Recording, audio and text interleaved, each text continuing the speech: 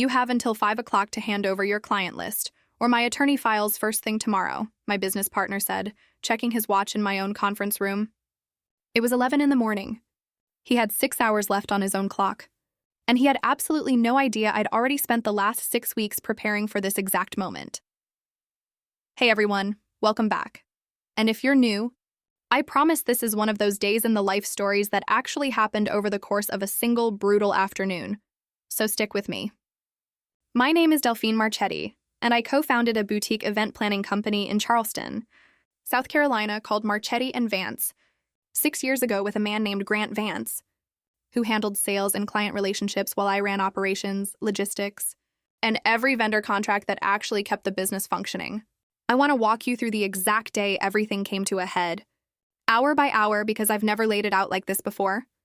And I think the timeline itself tells you everything you need to know about what kind of partner Grant actually turned out to be. 6 weeks before that morning in my conference room, our accountant flagged something odd during a routine quarterly review, a series of client deposits that had come in through our shared business account, but never made it into the general ledger the way they should have. I didn't jump to conclusions immediately because bookkeeping errors happen, especially with a company juggling 40-plus events a year across multiple venues.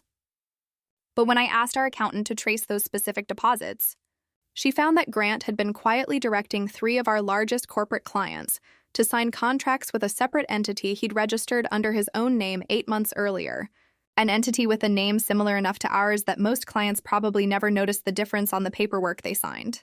Roughly $40,000 in event fees over 8 months had flowed through that separate entity instead of through Marchetti & Vance, money that should have been split according to our actual partnership agreement, but instead had gone entirely to Grant. I sat with that discovery for exactly 2 days before I did anything, because I needed to be completely certain before I said a single word to him. Given how much was actually at stake for both of us professionally, I quietly hired an outside forensic accountant, a meticulous woman named Priscilla Andari, who spent the next 4 weeks tracing every single transaction tied to that separate entity, cross-referencing it against our actual partnership agreement, which explicitly stated that any event booked using the Marchetti & Vance name, reputation, or existing client relationships belong to the partnership regardless of which partner personally closed the deal. Priscilla's final report, delivered exactly 9 days before that morning in my conference room, confirmed everything: $41,300 diverted, documented transaction by transaction, alongside internal emails Grant had sent to those 3 clients specifically instructing them to redirect future payments to his separate entity's account instead of ours. I didn't confront Grant the moment I had that report in hand. I want to be honest about why, because I think it matters. I was scared, genuinely scared, of what confronting him directly might set in motion, given that he was still my business partner, still someone whose signature was required on half our vendor contracts, still someone who had access to systems that could seriously disrupt our operations if he decided to get vindictive on his way out. So instead, over the following week, I quietly did 3 things. I asked our attorney, a sharp corporate litigator named Hollis Reinhardt, to draft formal dissolution paperwork based on breach of partnership agreement, ready to file the moment it became necessary. I personally reached out to our 3 largest remaining clients, the ones who hadn't been redirected yet, and confirmed their contracts and deposits were secured directly with our actual business entity rather than anything Grant controlled. And I backed up every single piece of documentation Priscilla had compiled onto a secure external drive that lived in a safe deposit box, not on any shared company server Grant could access and potentially delete.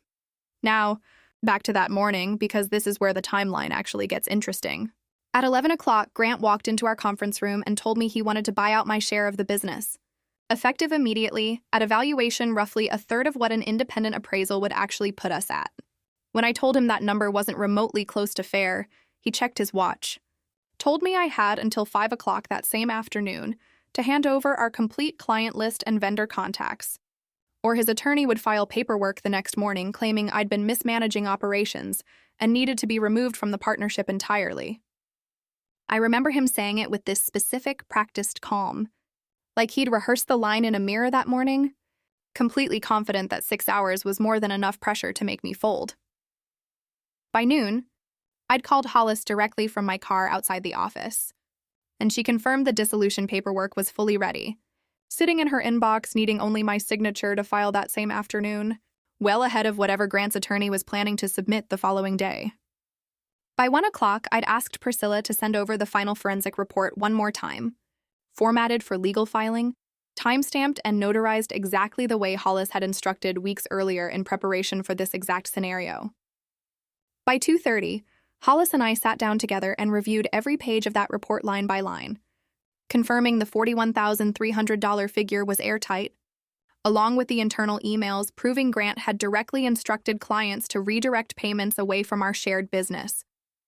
At 3:45, I called Grant and asked him to come back to the conference room an hour earlier than his own 5 o'clock deadline, because I told him there was something he needed to see before he made any calls to his attorney.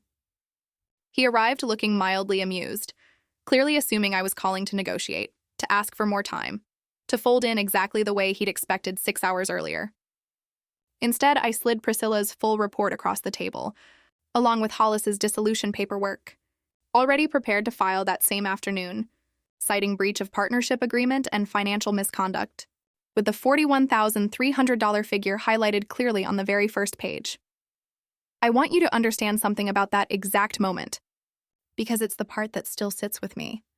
I wasn't scared anymore by 4 o'clock that afternoon. 6 weeks of quiet preparation had replaced whatever fear I'd felt that morning with something much steadier. The specific calm you feel when you know precisely what's about to happen, because you've already lived through it in your head a dozen times while building your case. I told Grant evenly that Hollis would be filing this paperwork within the hour, regardless of whatever his attorney had planned for the next morning, and that the $41,300 would need to be returned to the partnership in full, or the matter would move from a civil dissolution dispute into something with far more serious criminal implications. Given the documented instructions he'd sent clients in writing, Grant's face went through something I can only describe as watching every ounce of that morning's confidence drain out in real time. He tried briefly to argue that the separate entity was a legitimate side venture unrelated to our partnership, but the internal emails Priscilla had pulled, where he explicitly referenced Marchetti and Vance client relationships while directing payment redirection, made that argument collapse within about 90 seconds. By 4:15, 45 minutes before his own 5 o'clock deadline had even arrived, Grant agreed through his attorney over the phone to a full buyout of his share of the partnership at fair market valuation, with the $41,300 deducted directly from his proceeds, rather than risk the criminal referral Hollis was fully prepared to pursue. The paperwork finalized 3 weeks later. Grant left the business entirely, and I brought on a new operations partner, someone with zero interest in redirecting client payments anywhere except exactly where they're supposed to go. Marchetti and Vance is under a slightly different name now, though I kept the client relationships and the reputation we'd built over 6 years fully intact, since those were always mine to keep according to the very agreement Grant had violated in the first place. I think about that conference room sometimes, his watch, that 5 o'clock deadline he was so confident about, and I don't feel angry anymore so much as I feel a specific kind of steady satisfaction. The satisfaction of watching someone's own countdown clock run out 45 minutes early, entirely because he never once considered that I might have been running a countdown of my own. If you'd been sitting in that conference room at 11 that morning, watching your business partner check his watch and give you a deadline, would you have spent those 6 hours panicking? Or would you have already had your own case ready to go the way I did? Tell me honestly in the comments, because I really do want to know how you'd have handled that clock. And if this story kept you watching the whole way through, go ahead and subscribe, because there's another one coming soon about the people who set a deadline without checking whether the OT